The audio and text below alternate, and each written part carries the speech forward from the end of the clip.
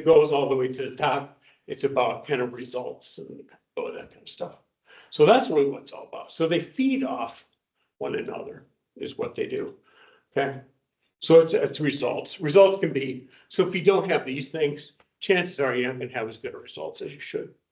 Because what happens at the top sometimes, people put their own needs above those of everybody else. So that's the 5 dysfunctions. It's a great book. Like I said, it's a fable about this lady who takes over this really dysfunctional team and what she has to do to try to make them more functional. But it's a good book. You can read it in a couple hours, but it's a pretty good book. All right. So the first one is trust, absence of trust. Okay. All right, so let's move to the next one. So here's the problem. Here's a list of people I trust. So I think different ways people do stuff. I think some people trust most everybody and they have to work their way out. They have to stick to you somehow or another to get out of your circle. Some people trust very few people and they have to work their way in. I mean, there's different ways, but I think people kind of fall generally in those two categories. I tend to believe in the goodness of people. With that being said, I'm not naive either. I don't go in blind to stuff, but I want to believe in the goodness of people. And, so unless people give me a reason not to trust them, I tend to trust them. But some people are the other way. You have to prove it to get in. But also, once people stick it to me, good luck. You're going to move outside the circle pretty fast. All right. Well, food for thought. I don't trust people who don't love themselves and tell me I love you. There's an African saying which says, be careful, the naked person offers you a shirt. Food for thought, so move along there. So I think part of this stuff, it all starts with you. You have to understand. One of the books we give away is called Leadership from the Inside Out. It talks about, it's a very reflective thing, kind of understanding what matters to you first. So I think it's the foundation of all relationships. Okay? And I think if it's personal, professional, we have to believe that the person's intentions are honorable, that they're shooting straight with us. There's not some sort of hidden agenda or that type of stuff. Okay. It includes leaders and followers. So if we go back one. So it's about leaders and followers. So if you have 10 people who report to you, and if they don't trust you and believe in you, they can make your life really difficult. Really, really difficult. And I think where trust from a follower to a leader gets in trouble is when words and actions don't connect. People say something, but they behave another way. Because people a lot of times tend to believe how people behave. Yeah, you say this, but it doesn't really happen that way. So it has to go both ways. I have to trust my people are going to do their job, and that the leader is going to be straight with them. I just took on this new team of people yesterday. So I met with them. I go, here's the main. I'm a pretty easy guy to get along with. Here's rule number 1. It's really, if there's any other trouble, refer back to rule number 1. And pardon my language, but you don't bullshit me and I don't bullshit you. That's how it works. We shoot straight with each other. We talk to each other. We don't talk about each other. If we have problems, we come to the table and we figure it out. It's really that simple.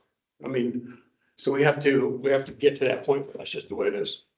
And again, if there's any other question, always refer back to rule number 1.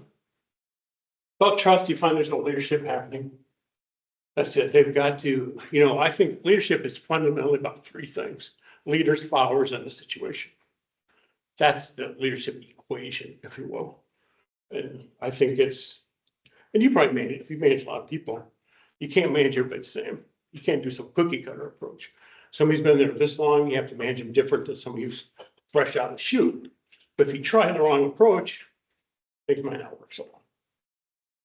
Organizations don't work, groups fall apart. It's an every man for himself or herself culture. If you got everybody, I always stump for my people, but I also know when you have to give up.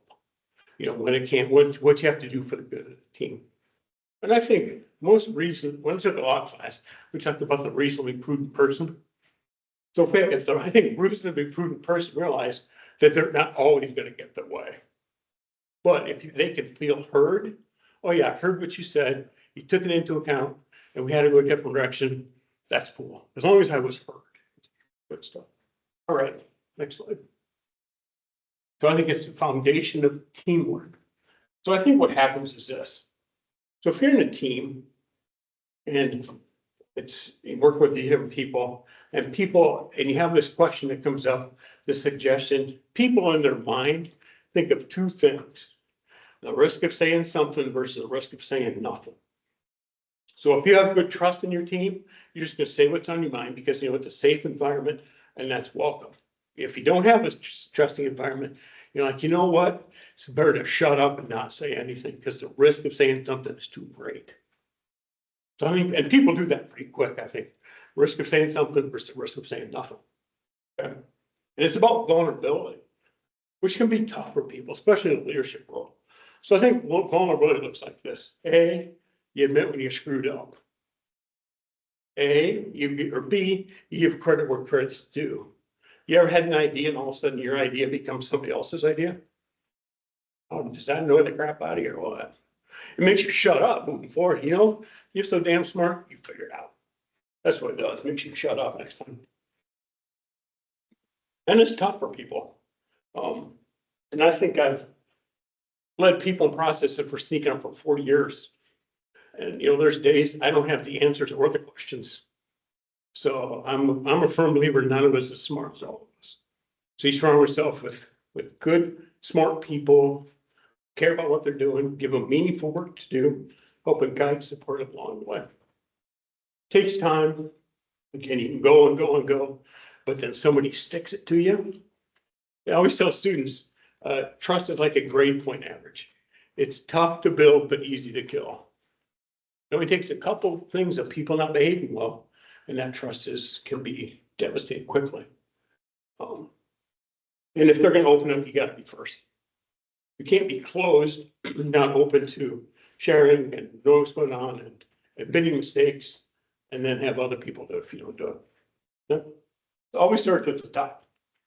Next, please. Trust is a confidence among team members that their peers' intentions are good, that there's no reason to be protective or careful around the group. Teammates must be comfortable being vulnerable with each other. That's the foundation of trust. I hope maybe you have those people in your life, you can do that.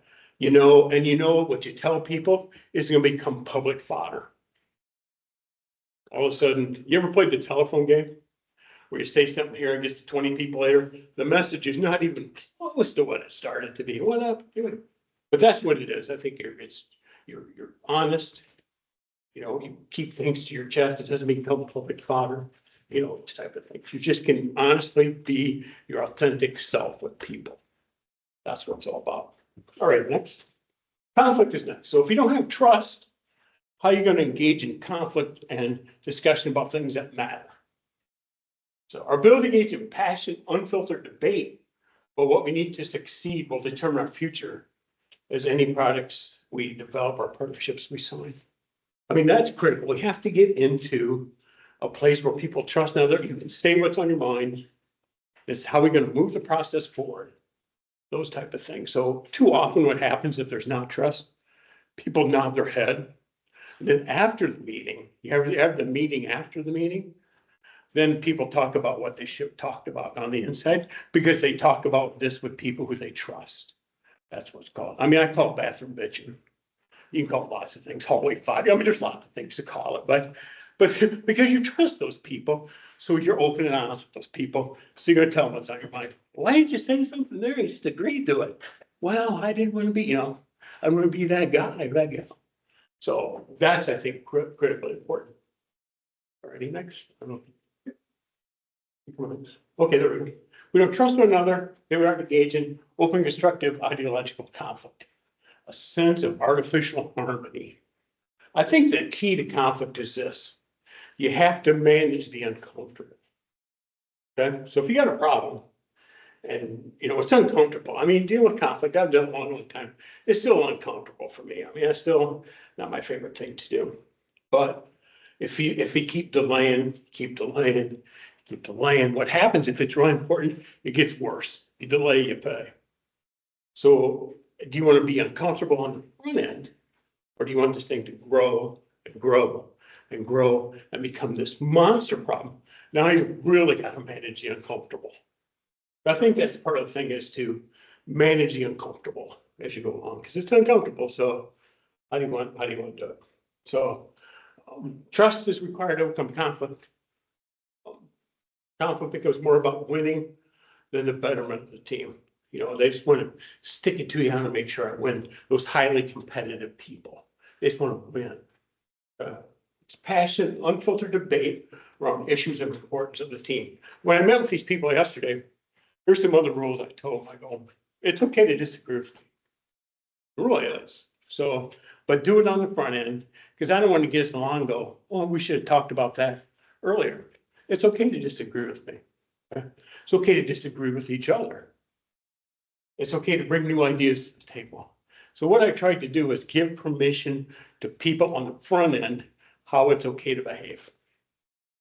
Okay, I told them, because I'm going to behave that way with you. So I want you to behave that way. Okay? Manage the uncomfortable. It's necessary to maximize effectiveness of the team. Leaves it all on the table. Hallway venting, they call it. He's a little more nicer than I am. So you call it hallway venting when the meeting is over.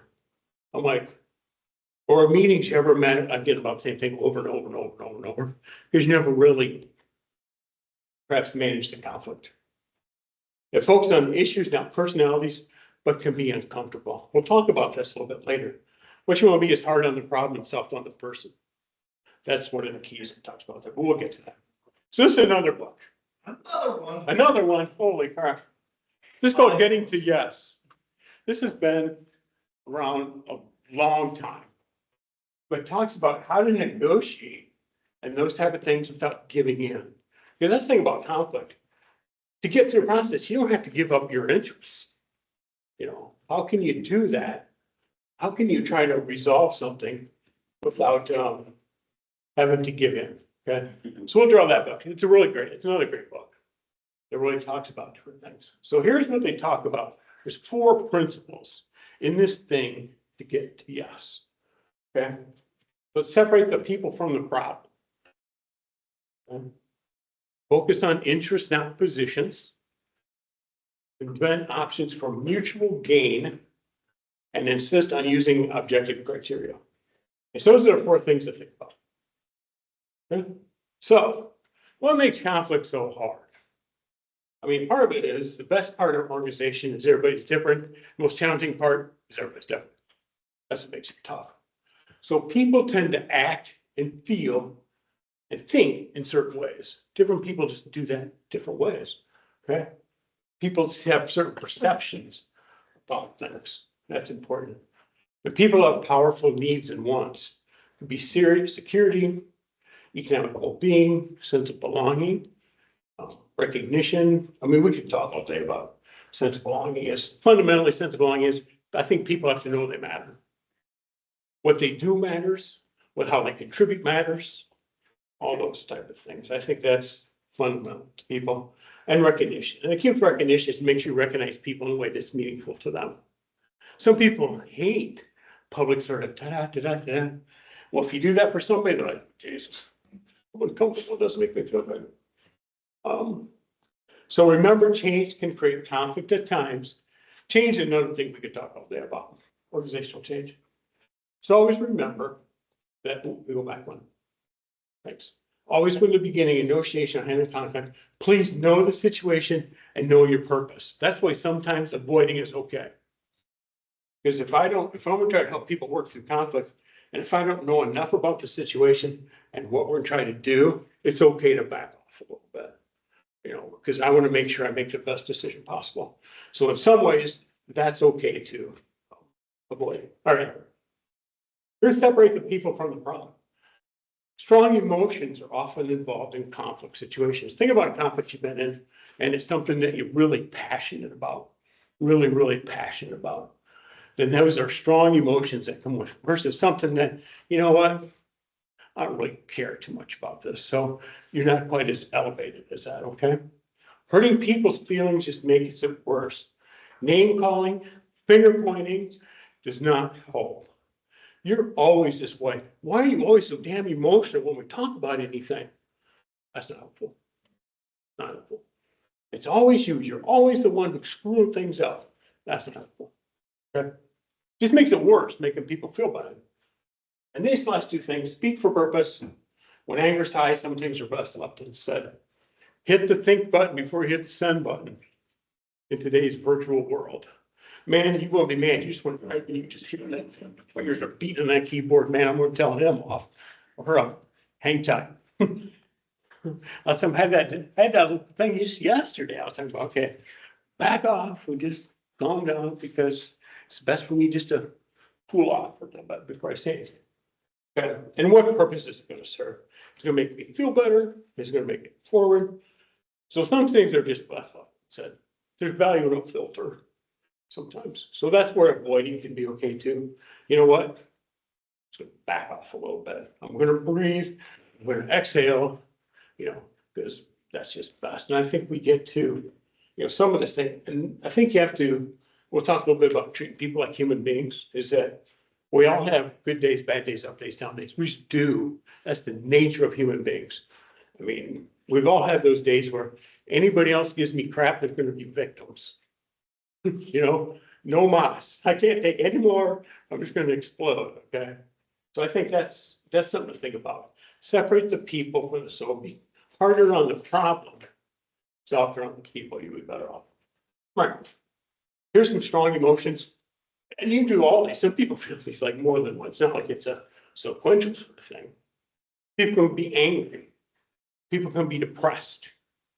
They're fearful. They're hostile. They're frustrated. They're distant. I think one of the challenges is when we get to this point is when we quit talking to each other. That's bad. Because we're not talking about anything. You know what? I don't care about this relationship anymore. So I'm shutting down. People just become distant. It's like I do whatever you want. I don't care anymore. So that happens sometimes. All right. So don't blame the other person for the problem. It was like when I did that class, people always they tend to blame the other person first. You're the problem, it's not me. If you just behave better, we wouldn't have all this dilemma or this drama in our life. Okay? Act as a partner, not an enemy. How can you work together? Those type of things. We're not enemies in this thing. How can we try to, again, we'll talk in a bit, focus more on interest and not positions. Okay, sometimes you just got to cool off. I've had some people where, you know what? We just need to, let's come back later today. Let's come back tomorrow, because people get so cranked up, it's just not productive. Oh, you got people angry at each other, hooting and hollering, all that kind of stuff. So sometimes it's okay to just back away for a little bit. Use some symbolic gestures. I'm sorry, it was okay. I was wrong. I'm sorry I behaved that way. Those type of things. So some sort of symbolic gesture that, and hopefully it's honest and sincere, not just saying it to say it, that it's honest and genuine, and you truly have reflected and you've taken accountability for your actions. Most importantly, deal with people as human beings. And everybody has those days, man. We all have those days like, no more. It's like, you know what? I just can't think anymore. So, but I think that's critical, to deal with people as human beings. All right. So again, going back to some of these basic human needs: security, economic well-being, sense of belonging, recognition. So these are interests that people have in the process. So how can I help? And everybody's a little different. That's why it's really important for me to get to know the people that I report to outside of name, rank, and serial number. I think because what security means to one person is different to security of somebody else. I have people who work for me with job stuff who could lose their job and it wouldn't matter because they have a spouse, significant other partner, whoever doesn't care. Some people are like, you know what? I lose this job, I'm in a world of hurt. I'm not gonna pay my bills, I'm gonna lose my mortgage, I'm gonna lose my car, all that kind of. So what does security mean for that? Economic well-being, same thing. And sense of belonging, it's different for different people. Some people are more relationship people, we have to nurture them a little bit more. Some people, just an occasional attaboy, attaboy, and they're fine. And recognition, same way, depends how people are. So, but I think they're human needs, but they're different by person. So that's why I'm a big proponent of relationships. You gotta get to know your people and say name, rank, and sort number. I think is important. All right.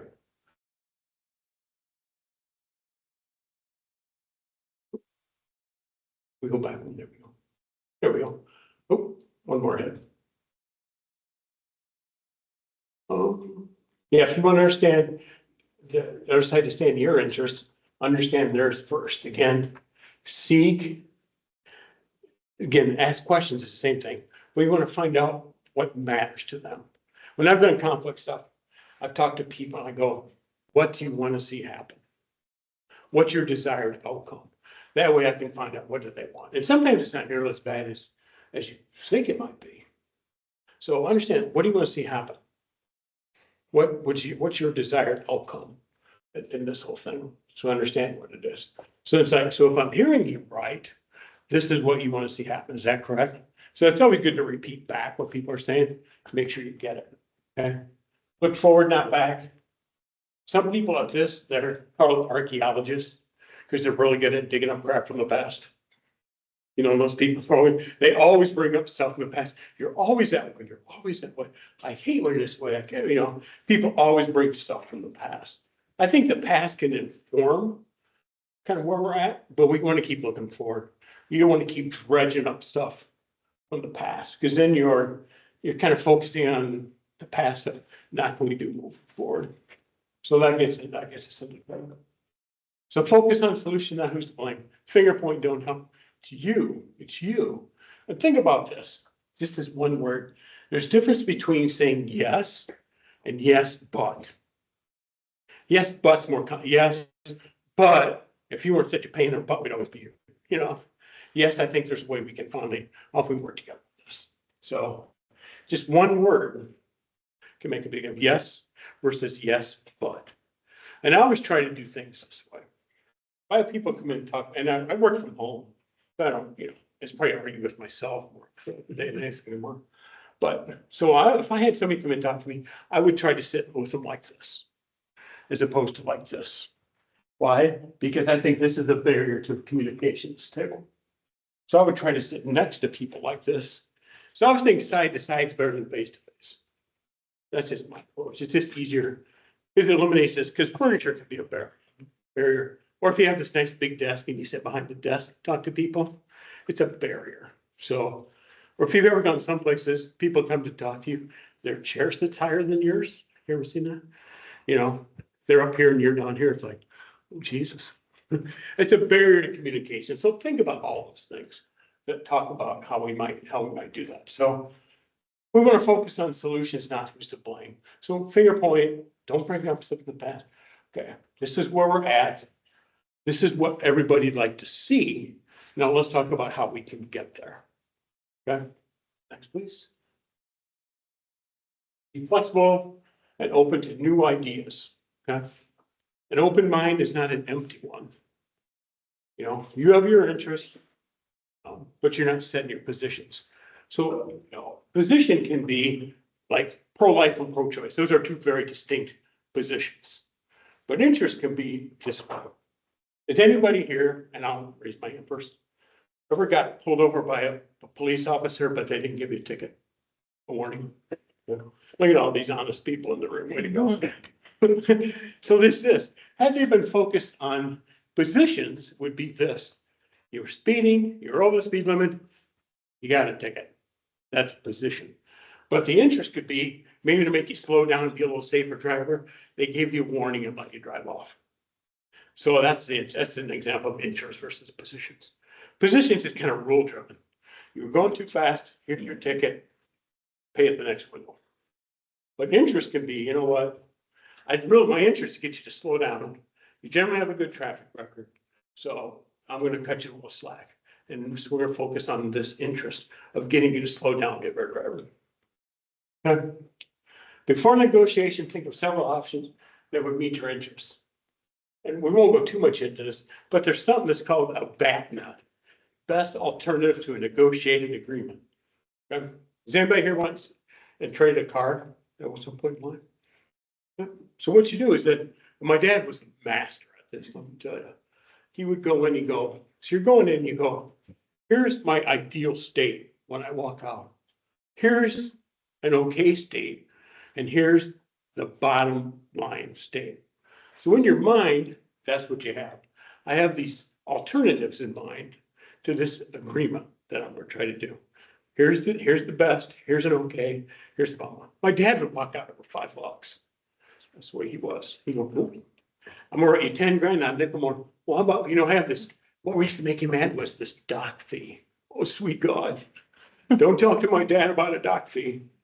He would explode. But that's how I got there. So I think that's what you want to have in mind.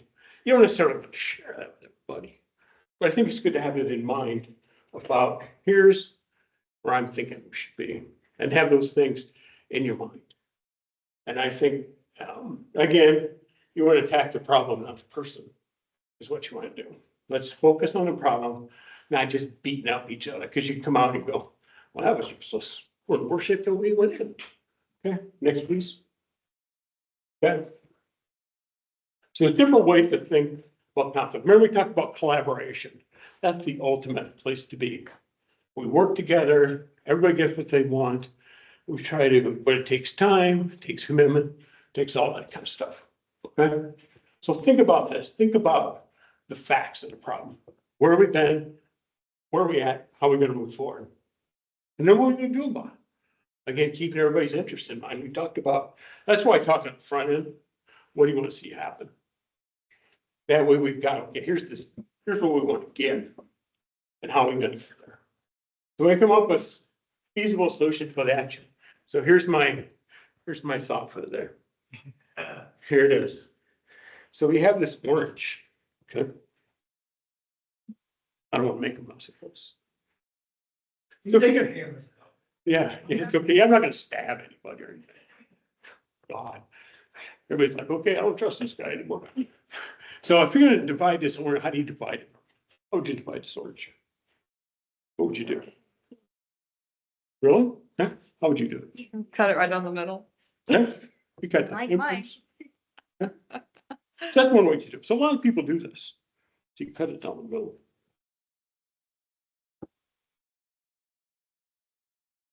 So it's like you get half, no, you get half. Yeah. So what happens is, so that's a compromising approach, because chances are maybe each of you only get half. But for it's collaboration, and you get the price for the day. If you think about this, if it's collaboration, maybe you find out this. That the part of the orange that I want is the outside the orange. Because I'm gonna make marmalade or whatever I'm gonna make with it. And the part of the orange that you want is the inside. So if we work to collaborate and work together, you know what? Everybody can get what they want. But because if this happens, if I only want the inside, chance how many times you eat orange, you just throw the outside away. But if you work together, you found out, you know what?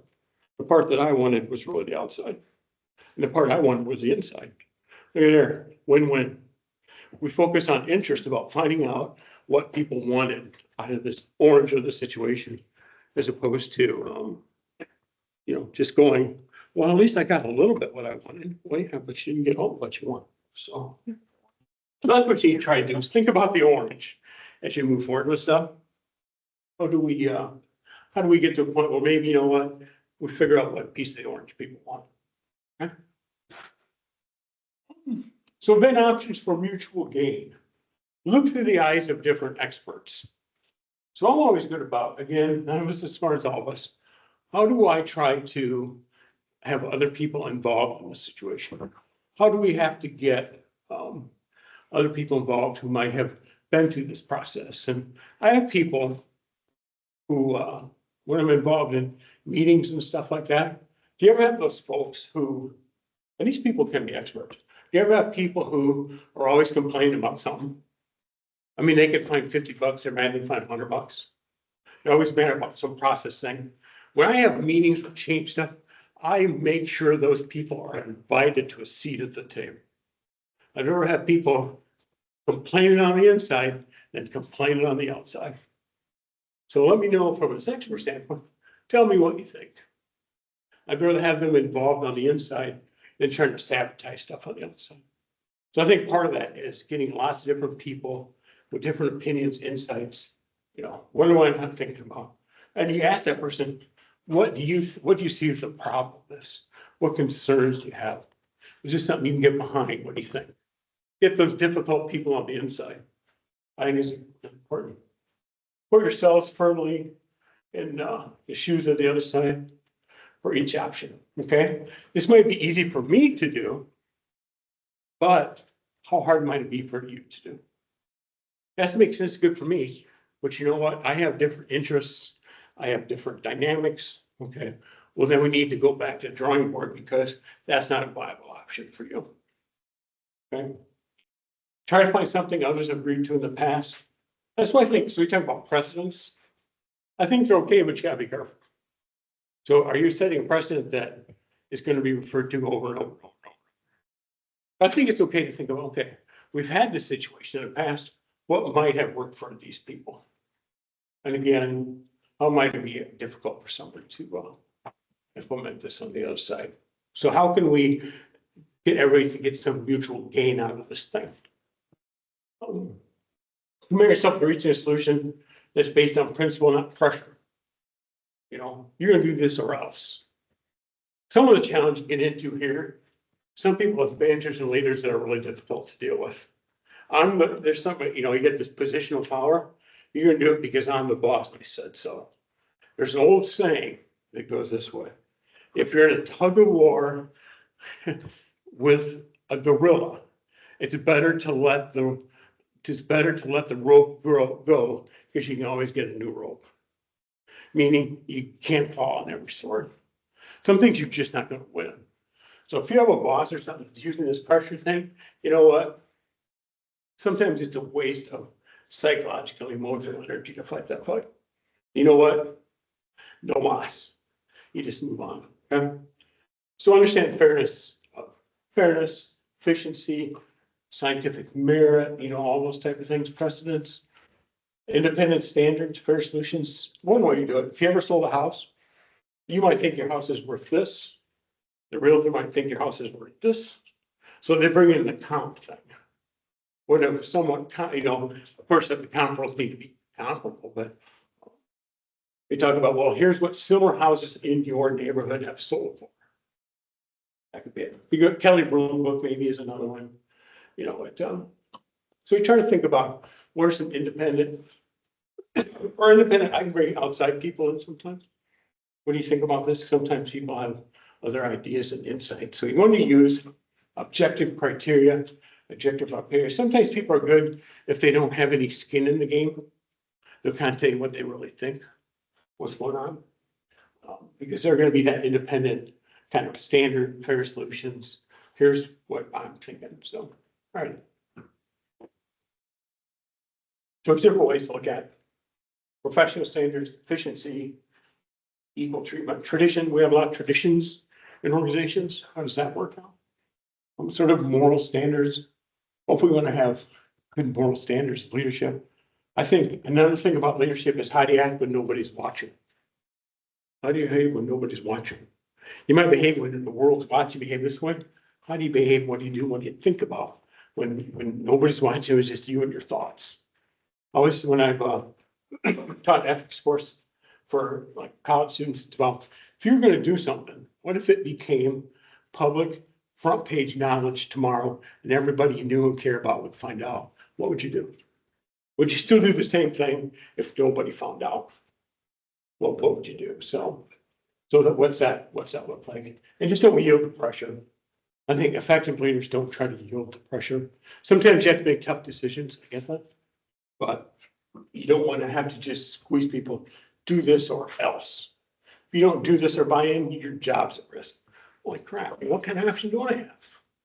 With that kind of stuff. So don't really try not to pressure people. You can tell people about the importance, timeliness, all that kind of stuff, but don't squeeze people. Okay. Here's some food for thoughts then, as we kind of get closer to the end.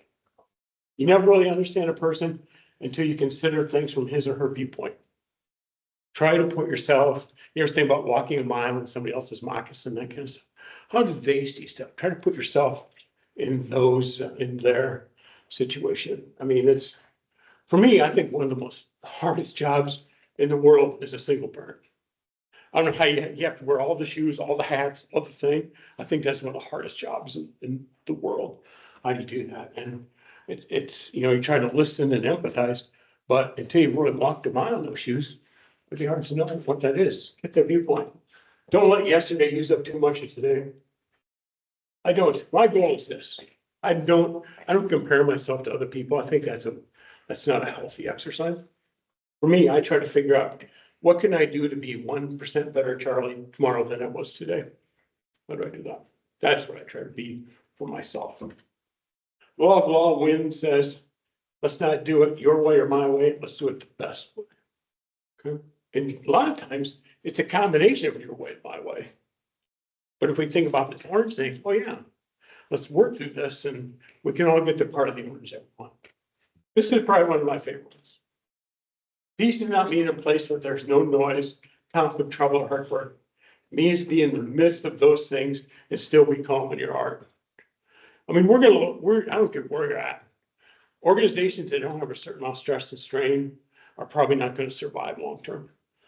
But also, I think there's, how do you remain calm and level-headed? And that's part of I sometimes get involved in things, because in my world, I try not to be too, highs aren't too high, lows aren't too low. How do you try to stay? I try to stay in that middle point, somewhere. What else was that, the last one? Oh, final statements. You can't find anger with more anger. Yelling, screaming, and hollering is not the answer. Okay? That's just not the answer. So I think, how can we remain calm, still have our interests laid out there, and not necessarily give in our interest, but without yelling and screaming and name calling, finger pointing, all that kind of stuff. I think this causes us lots of trouble. We talk to each other. We need to talk to each other, not about each other. So we talk about stuff. If you ever had conflict where what happens is Mary and Sue have a conflict, Mary tries to get people in her camp. Sue gets people in her camp. Then you got these two camps of people that are trying to beat up on each other. But part of the problem is Mary and Sue have never talked to each other. They talk about each other a lot. So how can we do that? How do we talk to each other but not about each other? And does this relationship matter? If I fundamentally don't care about the other person, how they feel, where it's at, it's going to be really difficult to manage conflict. If I fundamentally don't care about you, or how you feel, I don't like this person, I don't care about this person, that's difficult. But if you can get to that point, relationships will improve if we can work through this conflict better. Okay? And the experience people have with you is what they'll remember most. I think that's critical. You can always think about interactions with somebody, how they made you feel. Did they feel valued? Did they feel safe? Did they feel threatened? Do you feel important? Do you feel unimportant? All of those type of things. Do you feel like, I've just had enough? I can't, no more, I can't. How do they make you feel is really critical, I think. So I think that's probably the end. So it's hard. Conflict is hard. I don't care what anybody says. It's hard. It's hard stuff. So, but if we work to making conflict, and it's not a bad thing. People think conflict, you hear the word conflict, it's like, well, that's okay. If we don't have conflict, I'm much more concerned about artificial harmony, where people just nod along. You ever remember that little dog used to bob its head if you're of a certain age? Little dog would just bob its head, just agree. But then they disagree with everything that they just agreed to. So it's hard, not easy, but it's worth it in the long run. And I always try to think about how can this be a win-win? How can we try to help them get what they want and I get what I want in the process? So that's my 50-minute conflict spiel. It's just hard. I mean, it's hard to stay comfortable and manage your uncomfortable, for goodness sake. do it becomes this, before it becomes this big. Then you got much more uncomfortable to deal with. They can have much broader ramifications, I think, so. So you have any questions or concerns, observations, emotional outbursts? Whatever it is. I've never had anybody take me up on emotional outbursts, but someday I will if I keep asking. The sheer numbers will work in my favor. Well, it's just hard. So we'll, so do we have enough, whoever's, we just want to draw names after, we'll let people know who wins the book. Is that the best way to do that? We'll just, yeah. That, Yeah, we can do that now, probably end the we can do it now, too. meetings. Yeah, we do have to. Whoever the magic winners on. There's lots of books up there. So, but it just takes practice. I mean, really, at one time,